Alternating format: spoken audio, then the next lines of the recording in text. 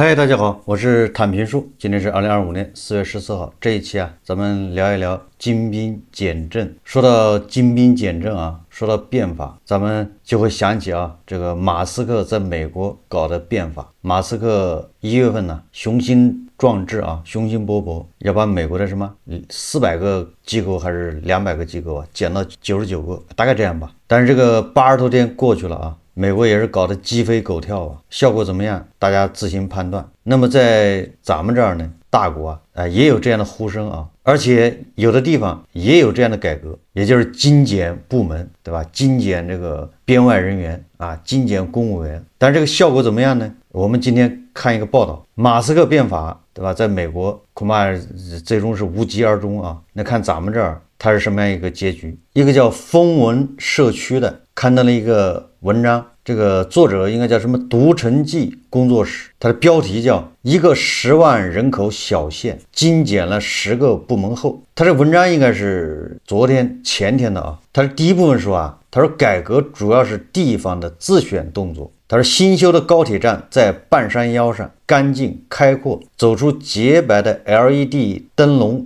照的这个大厅，湿润的空气扑面而来。半旧的公交车停在车站正门口，车票1元。这是一个中部省份人口最少的县，常住人口刚超过10万人，辖区内80%以上都是山地，溪流如弓背，山路如弓弦。沈从文描述边城的开篇，同样适用此地。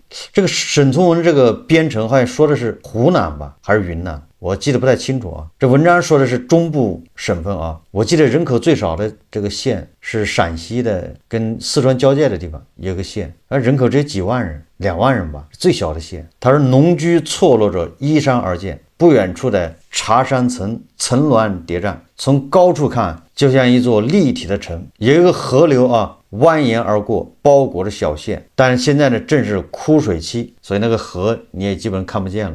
弯过弓弦，沿着乡道驶上县里最大的马路，全县只有1个红绿灯。老街坊爱拿这句话调侃县城的小，直到4年前高铁大道建成，第2个红绿灯才代替了直岗的交警。农历2月初8那一天说第1个红绿灯不远处有个大集，绵延集里的集市热闹拥挤，杀鸡卖菜，补牙剪发，当地人爱背背篓，专门忙碌而安逸的乡土生活。硬币的另一面是小县面临着财政缺口、人口流失、产业单一的问题。于是该县在去年开启人口小县机构改革试点，机构限额从33个调整为23个，核减科技领导直属55名，县级议事协调机构由271个减至21个，减掉了90%精简率达92%。这个33个科技单位减到只有23个，就减掉10个科技单位。科技领导减掉55个，比马斯克那个好像还是要差点，比米莱，对吧？阿根廷那个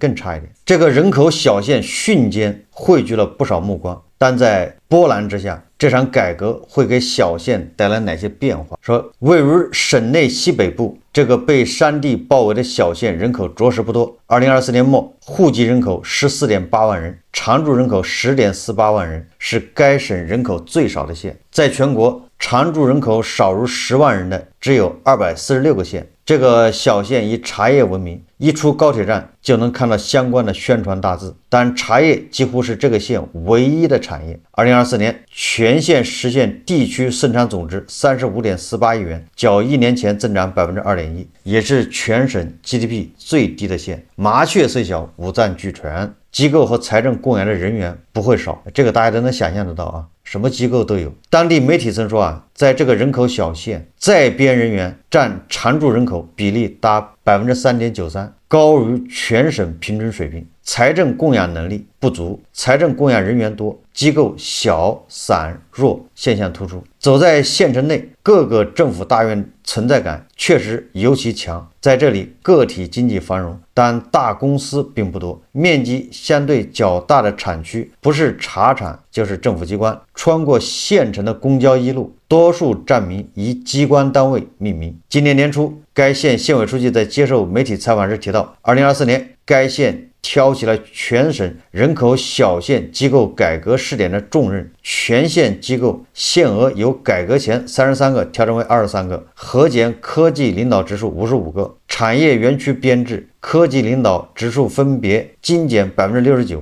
83%，县级议事协调机构由271个减至21个，精简率达92%。但更具体的内容无从得知。时代周报记者致电该县宣传部询问，对方表示按照上级要求，这些内容目前保密，拒绝接受采访。时代周报记者对比了县人民政府官网政府机构设置，在本轮机构改革中，至少包括城乡建设和交通运输局合并为城乡建设和交通运输局，民政局和人力资源社会保障局合并为县民政和人力资源社会保障局，农村农业局和水利局合并为县农业农村水利局。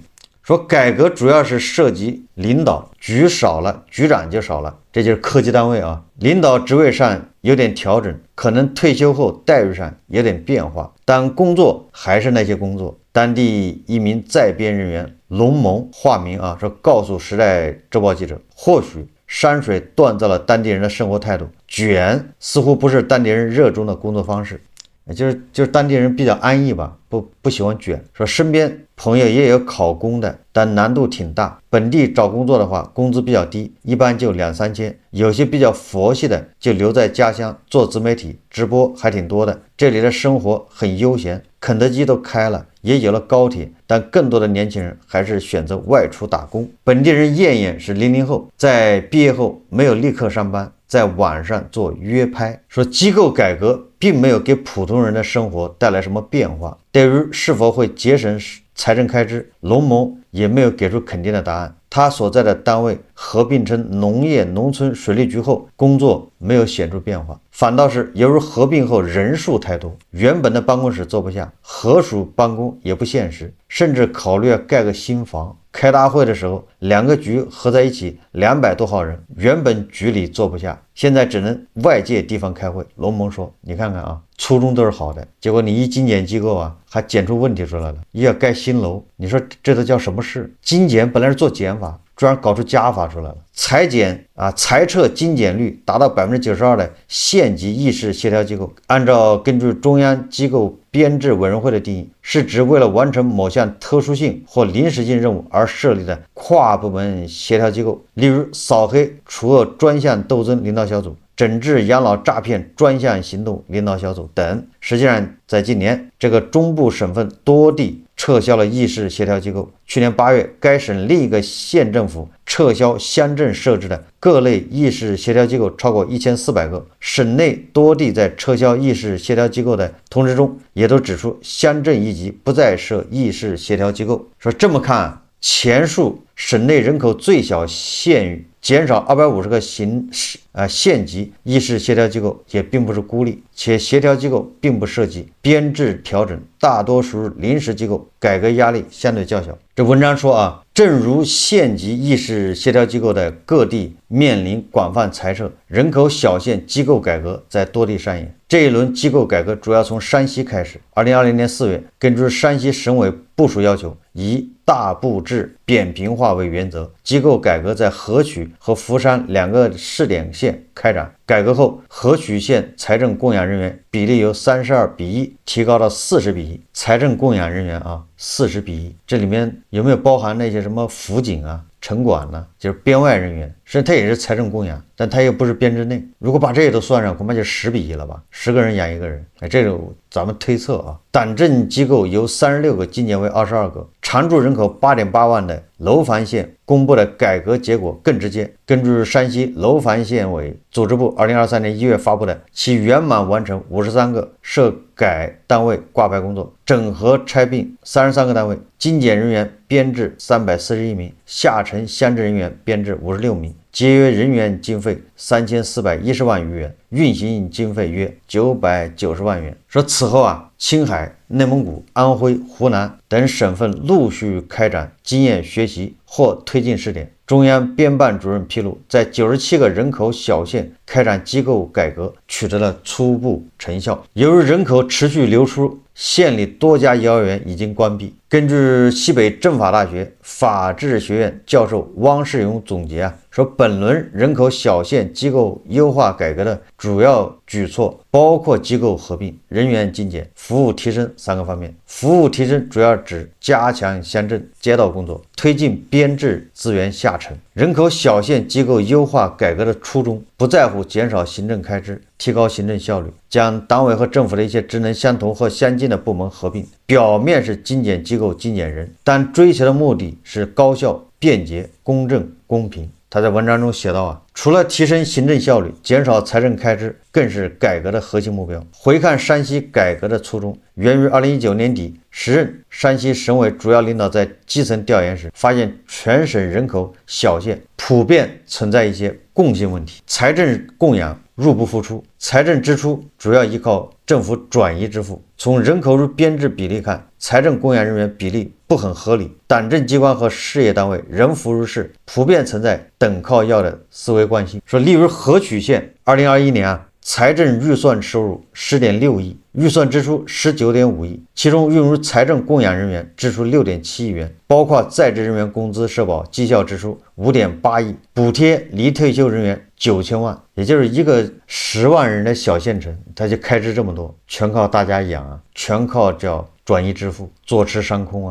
那这些财政支出，这钱花到哪儿去了呢？对吧？大家也比较关心除了给这些人发工资、社保、绩效、老干部补贴，还花到哪儿去了呢？说前述中部省份人口最小县的财政状况也类似。他说，根据2023年度县一般公共预算收入以及支出决算总表，他说2023年该县全年收入合计2.36亿，县财政收入2.36亿，支出是多少呢？支出是23.22亿，财政缺口达到了将近21亿，这叫严重的入不敷出同年，该县机关工资福利支出3.86亿。根据当地2024年财政预算调整收支平衡简表，2024年预计支出22.9亿元，较2023年只是略有缩减。这个要马斯克来看到的不是嘚的气批了，对吧？这是人家公布的报表里面就是这样的，你不用马斯克查。马斯克在美国对吧？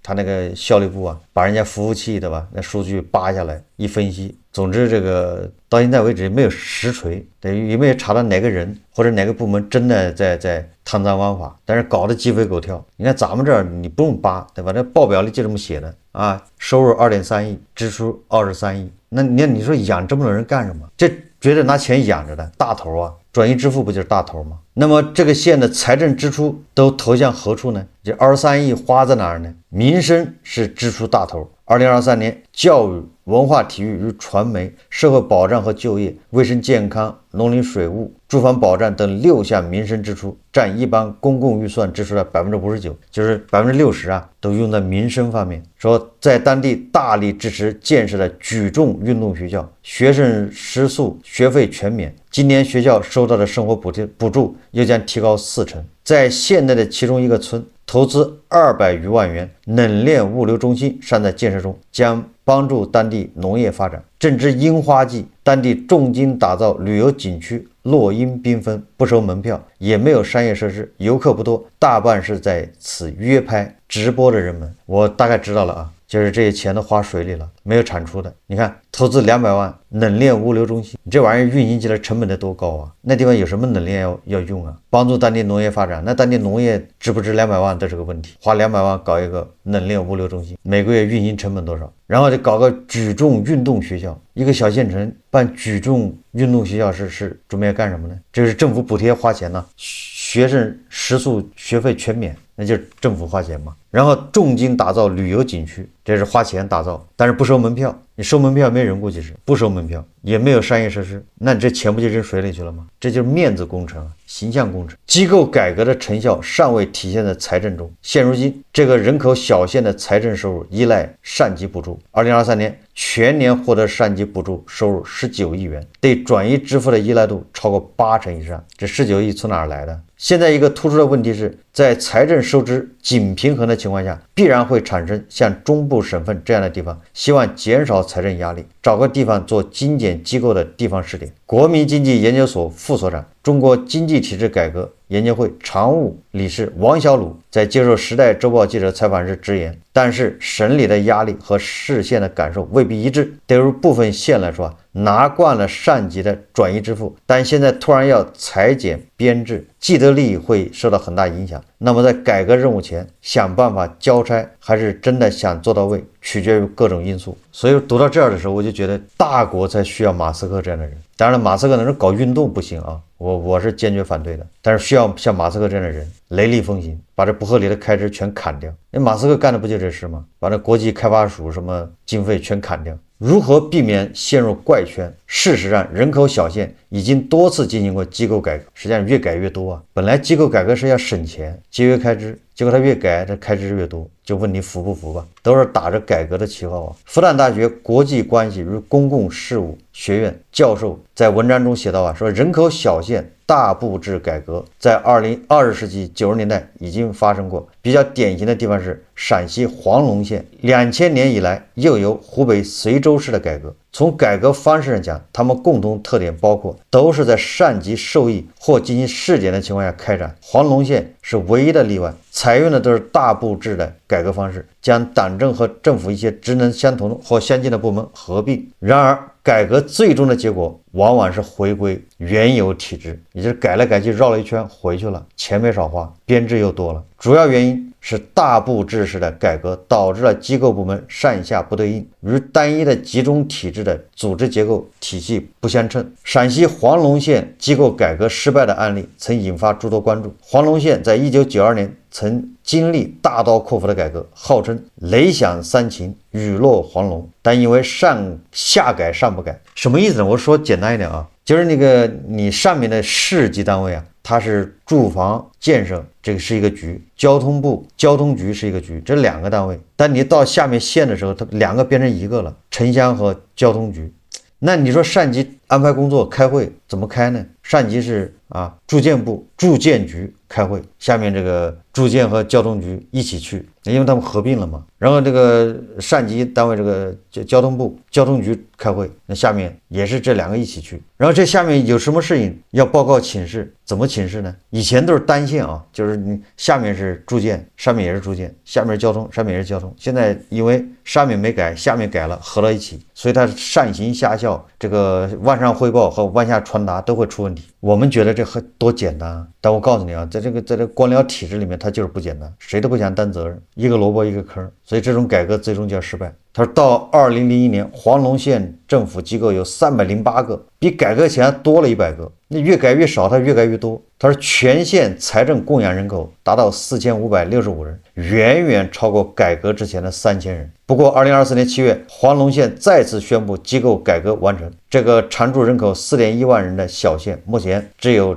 政府部门16个。2025年全国政府工作报告中首次提到了严控财政供养人员规模，机构改革是否推广至更多地区引发探讨。大部制改革或乡镇合并都是可能的路线。最近一次的改革是福建浙荣县，根据宁德主公公众号发布，通过人口小县机构改革，该县减少党政机构数量10个，股使129个，基层干部对接部门由1对多向1对1转变。王小鲁认为目前还需要观察中央决策是否准备推行大规模的改革，各地积极性不尽相同。目前改革主要还是地方自选动作，如有些省份感觉财政压力后探索试点，但改革措施能否继续推进，很大程度上还要看当地有没有那么大的决心。你看，这这个文章介绍的啊，这个小县呢机构改革，又是一个初衷是好的，改完的结果就是人反而变多了，机构变得更加臃肿，事还是那些事，活还是那些活，财政要掏更多的钱，为什么呢？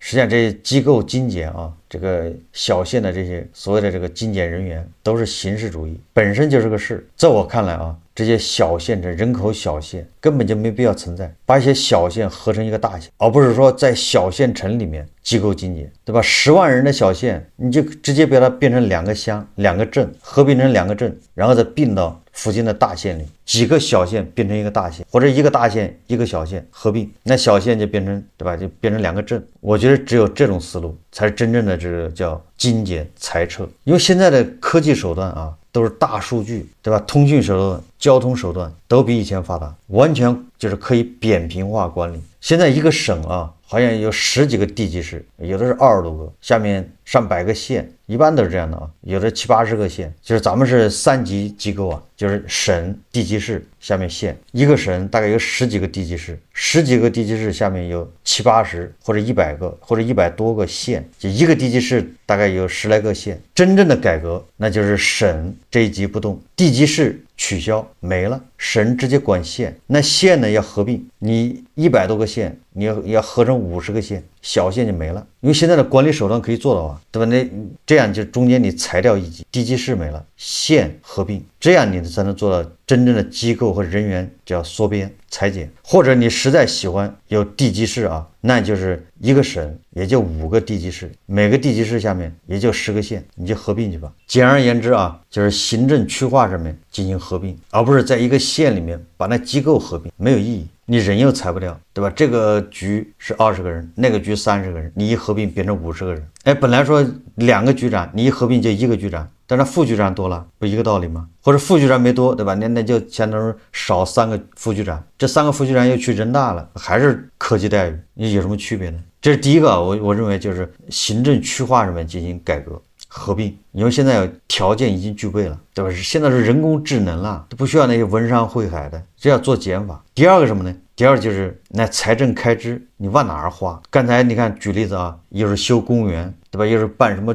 举重学校，这些都是婆罗门的生意，都是转移支付。完了之后，你只要搞这个项目，相关人都赚钱，但是它唯独项目自身不赚钱，就是花钱，通过花钱让婆罗门从中渔利。你说修个公园，他不收门票，完了之后他也没有任何商业设施，那你相当于这个钱投下去是回不来的，回不来。但是你修这个公园，那这个工程是不是婆罗门从里面赚钱？这是某一个县城是这样，实际上叫管中窥豹，可见一斑，湛蓝定律，全国大概差不多都是这样。这就是我说的跑冒滴漏啊，这就是钱放在大头那儿就这么花掉的。如果你把这些钱给韭菜自己，韭菜自己知道怎么花，不会浪费，反而消费，对吧？恐怕就上去了，反而那些什么断供、断贷、弃供这个现象就少了。因为我有钱了，我当然把这贷款还上呢，把这钱放在大头那儿，大头就挥霍掉了，就这么挥霍。所以说咱们这个矛盾就是我们是第2大经济体，但是韭菜活得很累，然后美国人就指责咱们不消费，韭菜没钱怎么消费啊？有人替咱们消费了，浪费掉了，对吧？通过这种消费啊，钱往少数人集中，所以你就会看到这个贫富差距越来越大。上海，对吧？这个一套房4000万、3000万的日光，